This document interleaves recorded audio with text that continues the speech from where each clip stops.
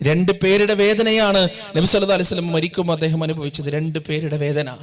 7 കിണറുകളിൽ നിന്ന് വെള്ളം കൊണ്ടുവന്ന് ആ പാത്രത്തിൽ നിന്ന് കൈമുക്കിക്കൊണ്ട് തലയിലേക്ക് തടവി ആയിഷ റളിയല്ലാഹു അൻഹയോട്, യാ ആയിഷ ഇന്നലിൽ മൗതി ലസക്കറാത്ത്, മരണത്തിന് വല്ലാത്ത വേദനയുണ്ട് ആയിഷ, സഹിക്കാൻ പറ്റാത്ത വേദന മരണത്തിനുണ്ടെന്ന് ആയിഷ റളിയല്ലാഹു അൻഹക്ക് പറഞ്ഞു കൊടുത്ത് ആ മരണത്തോടടുത്ത് ഈ ലോകത്ത് നിന്ന് മെല്ലെ മെല്ലെ പ്രവാചകൻ മറഞ്ഞു പോകുമ്പോ റസൂലുള്ളാഹി സ്വല്ലല്ലാഹു അലൈഹി വസല്ലം ഇടക്കിടക്ക് പരിതപിക്കുന്നുണ്ടായിരുന്നു, വേദനിക്കുന്നുണ്ടായിരുന്നു. എന്ത് പറഞ്ഞിട്ട്? ഉമ്മത്തി യാ ഉമ്മത്തി, എന്റെ ഉമ്മത്ത്, എന്റെ ഉമ്മത്ത്, എന്റെ സമുദായത്തിന്റെ അവസ്ഥ എന്താ? പ്രിയപ്പെട്ടവരെ, നിങ്ങൾക്കറിയുമോ, നാളെ മഹ്ശറയിൽ എന്റെ തൊട്ടു മുമ്പ് സംസാരിച്ച അനീസ് സംസാരം മുഴുവനും മനസ്സിലായില്ലെങ്കിലും ചിലതൊക്കെ കൃത്യമായി മനസ്സിലായി. മഹ്ശറയിലെ അവസ്ഥയെ കുറിച്ച് പറഞ്ഞു. ഉമ്മക്ക് മകനെ വേണ്ടാത്ത, മകന് ഉമ്മയെ വേണ്ടാത്ത, വാപ്പക്ക് മകന് മക്കളെ വേണ്ടാത്ത, മക്കൾക്ക് വാപ്പയെ വേണ്ടാത്ത, ഭാര്യയും ഭർത്താവും പരസ്പരം പരിഗണിക്കാത്ത, എല്ലാവരും പരസ്പരം പഴിക്കുന്ന, എന്റെ സ്വന്തം നഫ്സ് നഫ്സ് നഫ്സ് എന്ന് ഓരോരുത്തരും ആഗ്രഹിച്ചു പോകുന്ന, ആരും ആരെയും പരിഗണിക്കാത്തൊരു ദിവസം. യബസ്സറൂനഹും യവദ്ദുൽ മുജ്രിമു ലൗ യഫ്തദി മിൻ അദാബി യൗമഇദിൻ ബിബനി വസാഹിബതിഹി വഅഖി വഫസീലതിഹി അല്ലതി തുവി വമൻ ഫിൽ അർദി ജമീഅൻ തുമ്മ യുൻജി. നരകമങ്ങ് കാണുമ്പോ എന്റെ ഉമ്മയെയും വാപ്പയെയും എന്റെ ഭാര്യയെയും മക്കളെയും ഈ ലോകത്തുള്ള സകലരെയും പണയമായി തരാം റബ്ബേ, പകരമായി എന്നെ നരകത്തിൽ നിന്ന് രക്ഷിക്കണേ എന്ന് ഓരോ കുറ്റവാളിയും അറിയാതെ പറഞ്ഞു പോകുന്ന ആ ഒരു ദിവസം, എല്ലാ മനുഷ്യരും സ്വന്തത്തെ കുറിച്ചോർത്ത് പരിതപിക്കുന്ന, പേടിക്കുന്ന, ഭയപ്പെടുന്ന, സ്വന്തത്തെ കുറിച്ച് മാത്രം ചിന്തിക്കുന്ന ഒരു ദിവസം. അവിടെ ആ മഹ്ശറയിൽ ഒരുമിച്ച് കൂടിയ കോടിക്കണക്കിന് മനുഷ്യരിൽ ഒരൊറ്റ മനുഷ്യൻ മാത്രം തന്റെ കാര്യം ചിന്തിച്ചിട്ടല്ല വേദനിക്കുക, തന്റെ ഉമ്മത്തിന്റെ കാര്യം ചിന്തിച്ചിട്ടാണ്. അതാരാണെന്നറിയോ? അഷ്റഫുൽ ഖൽഖ് മുഹമ്മദ് റസൂലുള്ളാഹി സ്വല്ലല്ലാഹു അലൈഹി വസല്ലം, ഖാതമുൻ നബിയ്യീൻ. ആ പ്രവാചകൻ മാത്രമാണ് തന്റെ ഉമ്മത്തിന്റെ കാര്യം ആലോചിച്ച് അവിടെ വേവലാതിപ്പെടുന്നത്, അവിടെ പ്രയാസപ്പെടുന്നത്. നിങ്ങൾക്കറിയോ, മഹ്ശറ മൈതാനിയിൽ ആദം അലൈഹിസ്സലാത്തു വസ്സലാം തൊട്ടുള്ള സകല അമ്പിയാക്കളുടെ അടുത്തേക്കും മനുഷ്യവംശം മുഴുവനും നിവേദനവുമായി ചെല്ലാണ്. എന്താണ് ആ നിവേദനം? ഒന്നിക്കിൽ നരകത്തിലേക്ക് അല്ലെങ്കിൽ സ്വർഗത്തിലേക്ക് എവിടേക്കെങ്കിലും ഒന്ന് തീർപ്പ് കൽപ്പിക്കാൻ വേണ്ടി ലോകത്തിന്റെ രക്ഷിതാവിനോട് വിചാരണ ചെയ്യാൻ പറയണം. ഓരോരുത്തരും അവരുടെ കാര്യം പറഞ്ഞ് പേടിക്കാണ്. ആദം അലൈഹിസ്സലാത്തു വസ്സലാം, നൂഹ് അലൈഹിസ്സലാത്തു വസ്സലാം, ഇബ്രാഹിം അലൈഹിസ്സലാത്തു വസ്സലാം, മൂസാ നബി, ഈസാ നബി, എല്ലാവരും ഒഴിഞ്ഞു മാറാൻ. അവസാനം റസൂലുള്ളാഹി സ്വല്ലല്ലാഹു അലൈഹി വസല്ലമയുടെ ഉമ്മത്ത് പ്രവാചകന്റെ അടുത്തേക്ക് വരുമ്പോ പ്രവാചകൻ സ്വല്ലല്ലാഹു അലൈഹി വസല്ലം ഒഴിഞ്ഞു മാറാതെ അവിടെ സുജൂദിലേക്ക് വീഴാണ് റബ്ബിന്റെ മുന്നിൽ. അവിടെ സുജൂദ് ചെയ്യാൻ റസൂലുള്ളാഹിക്ക് മാത്രമേ അവകാശവും അധികാരവും ഉള്ളൂ. റസൂലുള്ളാഹി സ്വല്ലല്ലാഹു അലൈഹി വസല്ലമയുടെ മനസ്സിലേക്ക് അല്ലാഹു സുബ്ഹാനഹു വ തആല അപ്പൊ പറയേണ്ട, ചൊല്ലേണ്ട പ്രാർത്ഥനകൾ ഓർമ്മിപ്പിച്ചു കൊടുക്കുകയാണ്. യുഗങ്ങളോളം നീണ്ടു നിൽക്കുന്ന സുജൂദ് അവസാനിക്കുമ്പോ സൂറത്തുൽ ഫജ്റിലൂടെ അല്ലാഹുവിന്റെ വരവിനെ കുറിച്ച് പടച്ച റബ്ബ് പറയുന്നുണ്ട്. അല്ലാഹു പറയാൻ, ربك والملك صفا صفا وجيء يومئذ بجهنم يومئذ يتذكر الإنسان وأنى له الذكرى يقول يا ليتني قدمت لحياتي فيومئذ لا يعذب عذابه أحد ولا يوثق وثاقه أحد. അല്ലാഹു അതാ വരികയാണ്. അല്ലാഹുവിന്റെ മുഖറബുകളായ മലക്കുകളും റബ്ബും അതാ മഹ്ശറയുടെ മൈതാനിയിലേക്ക് വരികയാണ്, ഹശ്റിന്റെ മൈതാനിയിലേക്ക് വരികയാണ്. അന്ന് മനുഷ്യനതാ അവന്റെ പ്രവർത്തനങ്ങൾ മുഴുവനും കാണുകയാണ്. എന്നിട്ട് അവൻ അറിയാതെ പറഞ്ഞു പോകുകയാണ്, യഖൂലു യാ ലൈതനി ഖദ്ദംതു ലിഹയാതി, എന്റെ ഈ ജീവിതത്തിന് വേണ്ടി ഞാൻ വല്ലതും മാറ്റിവെച്ചിരുന്നെങ്കിൽ ഫയൗമഇദിൻ ലാ യുഅദ്ദിബു അദാബഹു അഹദ് വലാ യൂസിഖു വസാഖഹു അഹദ്. അല്ലാഹുവിന്റെ ഒരുപാട് സിഫത്തുകൾ പരിശുദ്ധ ഖുർആനിൽ നാം പരിചയപ്പെട്ടിട്ടുണ്ട്. റഹ്മാൻ എന്നത് അല്ലാഹുവിന്റെ സിഫത്താണ്, റഹീം എന്നത് അല്ലാഹുവിന്റെ സിഫത്താണ്, വദൂദ് എന്നത് അല്ലാഹുവിന്റെ സിഫത്താണ്, റഊഫ് എന്നത് അല്ലാഹുവിന്റെ സിഫത്താണ്.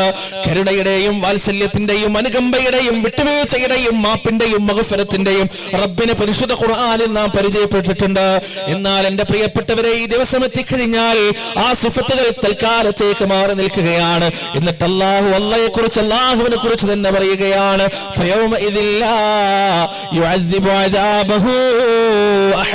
അന്നേ ദിവസം പടച്ച റബ്ബ് ശിക്ഷിക്കുന്നത് പോലെ ഒരാളും തന്നെ ശിക്ഷിക്കുകയില്ല. വലാ യൂസിഖു വസാഖഹു അഹദ്, അവൻ പിടിക്കുന്നത് പോലെ ഒരാളും തന്നെ പിടിച്ചു കുലുക്കുകയില്ല. ആ റബ്ബിന്റെ അദാബിന്റെ ദിവസമായതുകൊണ്ടാണ്, ആ റബ്ബിന്റെ കോപത്തിന്റെ ദിവസമായതുകൊണ്ടാണ് അംബിയാ മുർസലുകൾ മുഴുവൻ ശഫാഅത്തിൽ നിന്ന് പിന്മാറുന്നത്, അംബിയാ മുർസലുകൾ മുഴുവൻ അല്ലാഹുവിനോട് സംസാരിക്കുന്നതിൽ നിന്ന് പിന്മാറുന്നത്.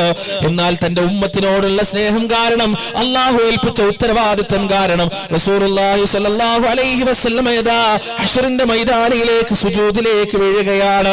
അവിടുന്ന് അങ്ങോട്ട് വിചാരണ കഴിഞ്ഞിട്ട് സ്വർഗ്ഗത്തിലേക്ക് യാത്രയാകുമ്പോ പ്രിയപ്പെട്ടവരെ സഹീഹായ ഹദീസിൽ ചിരപ്പെട്ടു വന്നത് കാണാം. സിറാത്ത് പാലം കടക്കേണ്ടതുണ്ട്. ഈ ലോകത്ത് ജനിച്ചു വീണ സകല മനുഷ്യരും ഒരു പാലത്തിന്റെ മുകളിലൂടെ കടന്നു പോകേണ്ടതുണ്ട്. ആ പാലത്തിന്റെ മുകളിലൂടെ പല ആളുകളും പല വേഗതയിലാണ് കിടക്കുക എന്ന് റസൂലുള്ളാഹി സ്വല്ലല്ലാഹു അലൈഹി വസല്ലം. ചില ആളുകൾ മിന്നൽ പിണർപ്പിന്റെ വേഗത്തിലായിരിക്കും, ചില ആളുകൾ കാറ്റിന്റെ വേഗത്തിലായിരിക്കും, ചില ആളുകൾ വാഹനത്തിന്റെ വേഗത്തിലായിരിക്കും, ചില ആളുകൾ വേഗത്തിൽ നടന്നുകൊണ്ടായിരിക്കും, ചില ആളുകൾ മെല്ലെ നടന്നുകൊണ്ടായിരിക്കും, ചില ആളുകൾ ആവർത്തിച്ച് വീണുകൊണ്ടായിരിക്കും ആ പാലം കടക്കുക. ഈ ഉമ്മത്തിലെ ഓരോ മനുഷ്യരും സിറാത്ത് പാലം കടക്കുമ്പോ പ്രിയപ്പെട്ടവരെ ആ പാലത്തിന്റെ അപ്പുറത്ത് നിന്നുകൊണ്ട് ആ സിറാത്ത് പാലം കടക്കാതെ റസൂലുള്ളാഹി സ്വല്ലല്ലാഹു അലൈഹി വസല്ലം അല്ലാഹുവോട് പ്രാർത്ഥിക്കുകയാണ്, യാ റബ്ബി സല്ലിം സല്ലിം, യാ റബ്ബി സല്ലിം സല്ലിം, അല്ലാഹുവേ എളുപ്പമാക്കി കൊടുക്കണേ റബ്ബേ, അല്ലാഹുവേ എളുപ്പമാക്കി കൊടുക്കണേ റബ്ബേ എന്ന് റസൂലുള്ളാഹി സ്വല്ലല്ലാഹു അലൈഹി വസല്ലം ആ സിറാത്ത് പാലത്തിന്റെ ഇപ്പുറത്ത് നിന്നുകൊണ്ട് പ്രാർത്ഥിച്ചു കൊണ്ടിരിക്കുകയാണ്. ഈ ഉമ്മത്തിനോട് അത്രമാത്രം സ്നേഹമുള്ള പ്രവാചകൻ, ഈ ഉമ്മത്തിനോട് അത്രമാത്രം സ്നേഹമുള്ള റസൂല്. പ്രിയപ്പെട്ടവരെ, റസൂലിന്റെ ജീവിതത്തിൽ ഒരുപാട് ചരിത്രത്തിന്റെ ഉദാഹരണങ്ങളുണ്ട്. ആ ഉദാഹരണങ്ങൾ മുഴുവൻ നാം തലനാരിയ കീറി പഠിച്ചു നോക്കുമ്പോ അവിടെയെല്ലാം നമുക്ക് കാണാൻ കഴിയുക പകയില്ലാത്ത, വൈരാഗ്യമില്ലാത്ത, പ്രതികാര ബുദ്ധിയില്ലാത്ത, ഇടുങ്ങിയ ഹൃദയമില്ലാത്ത, വിശാലമായ ഹൃദയമുള്ള കാരുണ്യത്തിന്റെ കടലായ വാത്സല്യത്തിന്റെ പ്രതിരൂപമായ ഉന്നതനായ ഒരു പ്രവാചകനെയാണ് അവിടെയെല്ലാം നമുക്ക് കാണാൻ സാധിക്കുക.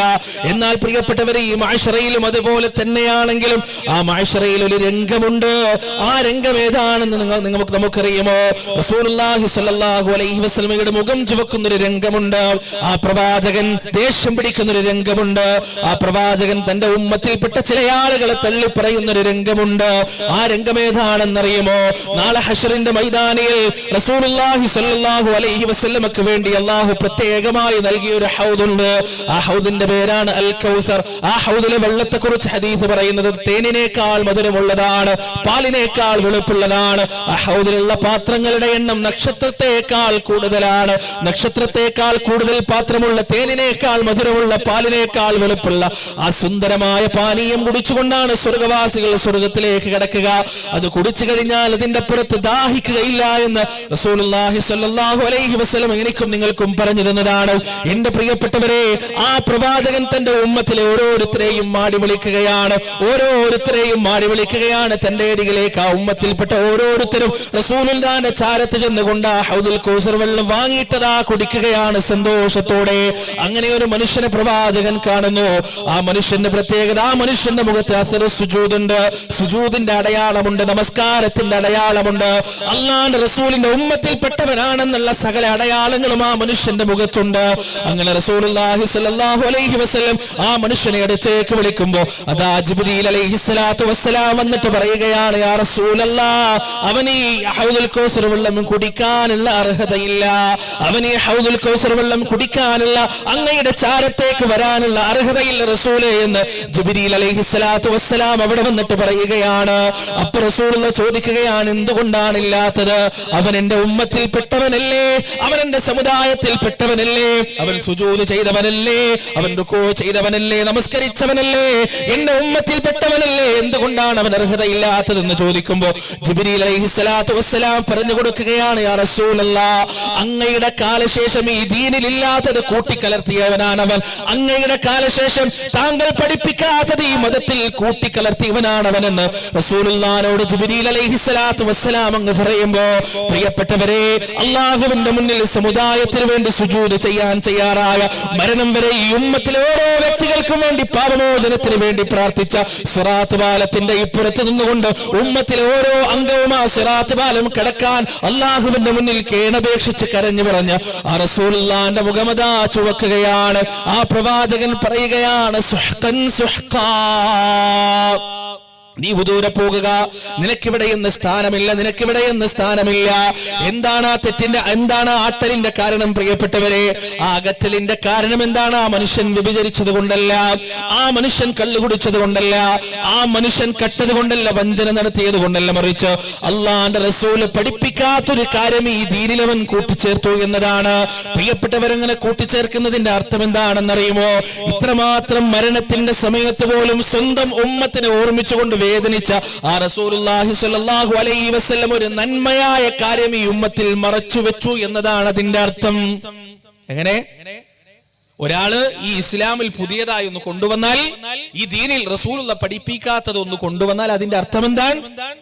ഇത്രമാത്രം ഉമ്മത്തിനെ സ്നേഹിച്ച റസൂലുള്ളാഹി സ്വല്ലല്ലാഹു അലൈഹി വസല്ലം മരണത്തിനിടയിൽ നന്മയിൽ ചിലത് നമ്മിൽ നിന്ന് മറച്ചു വെച്ചു എന്നതാണ്. മഅദല്ലാഹ്, അല്ലാഹു കാത്ത് രക്ഷിക്കട്ടെ. അത്രമാത്രം അബദ്ധജടിലമായ ഒരു ജൽപ്പനമാണ് പ്രിയപ്പെട്ടവരെ അത്. അതുകൊണ്ടാണ് ബിദ്അത്ത് ഇത്രമാത്രം ഗൗരവമുള്ളതാവുന്നത്. അതുകൊണ്ടാണ് മാലമൗലിദുകളും പാളക്കിതാബുകളും ഇത്രമാത്രം ഗൗരവമുള്ളതാകുന്നത്. അതുകൊണ്ടാണ് റസൂലുള്ളാഹി സ്വല്ലല്ലാഹു അലൈഹി വസല്ലം പഠിപ്പിക്കാത്ത ആചാരാനുഷ്ഠാനങ്ങൾ ഇത്രമാത്രം ഗൗരവമുള്ളതായി മാറുന്നത്. എല്ലാ പ്രസംഗങ്ങളിലും റസൂലുള്ളാഹി സ്വല്ലല്ലാഹു അലൈഹി വസല്ലം പറഞ്ഞ വാക്കല്ലേ, ഫഇന്ന ശർറൽ ഉമൂരി മുഹ്ദസാതുഹാ വകുല്ല മുഹ്ദസത്തിൻ ബിദ്അ വകുല്ല ബിദ്അത്തിൻ ദലാല വകുല്ല ദലാലത്തിൻ ഫിന്നാർ. കാര്യങ്ങളിൽ ഏറ്റവും മോശമായത് പുതിയതാണ്, പുതുതായി മതത്തിലേക്ക് കൊണ്ടുവരുന്നതാണ്. ആ പുതുതായി മതത്തിലേക്ക് കൊണ്ടുവരുന്നത് മുഴുവനും ബിദ്അത്താണ്. ആ ബിദ്അത്ത് മുഴുവനും കുല്ലു ബിദ്അത്തിൻ ദലാല, ആ ബിദ്അത്ത് മുഴുവനും ദലാലത്താണ്, വഴികെട്ട മാർഗമാണ്. വകുല്ലു ദലാലത്തിൻ ഫിന്നാർ, എല്ലാ ദലാലത്തിന്റെയും പര്യവസാനം നരകത്തിൽ തന്നെയാണ്. മൻ അഹ്ദത ഫീ അംരിനാ ഹാദാ മാ ലൈസ മിൻഹു ഫഹുവ റദ്ദുൻ. ആരെങ്കിലും നമ്മുടെ ഈ മതത്തിൽ പുതുതായി വല്ലതും കൊണ്ടുവന്നാൽ അത് സ്വീകരിക്കപ്പെടാവുന്നതല്ല, അത് തള്ളപ്പെടേണ്ടതാണ്. അവൻ എത്ര വലിയ നേതാവാകട്ടെ, എത്ര വലിയ ഉസ്താദാകട്ടെ, എത്ര വലിയ പണ്ഡിതനാകട്ടെ, അല്ലാഹുവിന്റെ റസൂൽ പഠിപ്പിക്കാത്തൊരു അമലി മതത്തിലേക്ക് കൂട്ടിച്ചേർത്താൽ അത് തള്ളപ്പെടേണ്ടതാണ്, മുന്നും പിന്നും നോക്കാതെ. മൻ കദബ അലയ്യ മുതഅമ്മിദൻ ഫല്യതബവ്വ മഖഅദഹു മിനൻ നാർ.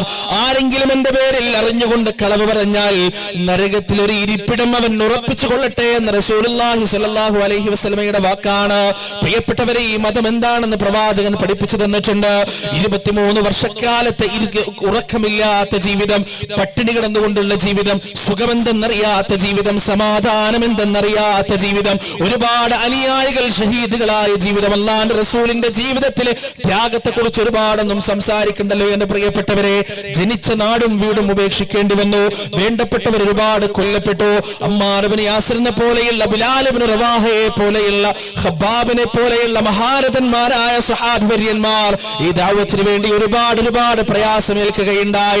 റസൂലുള്ളാഹി സ്വല്ലല്ലാഹു അലൈഹി വസല്ലമക്ക് 40 വയസ്സ് വരെ ഉണ്ടായിരുന്ന ഉന്നതമായ വ്യക്തിത്വം അത് അവിടെ നഷ്ടപ്പെടുകയാണ്, നല്ല പേര് അവിടെ നഷ്ടപ്പെടുകയാണ്. ഈ ദഅവത്തിന് വേണ്ടി, ഇസ്ലാമിന് വേണ്ടി എത്രത്തോളം ആ പ്രവാചകന് വേണമെങ്കിൽ വലിയ സുഖഭോഗത്തിലുള്ള ജീവിതം നയിക്കാമായിരുന്നു. കാരണം 3 തവണയാണ് അബൂലഹബിൻ അബൂ താലിബിന്റെ അടുത്തേക്ക് ഖുറൈശികൾ വന്നത്.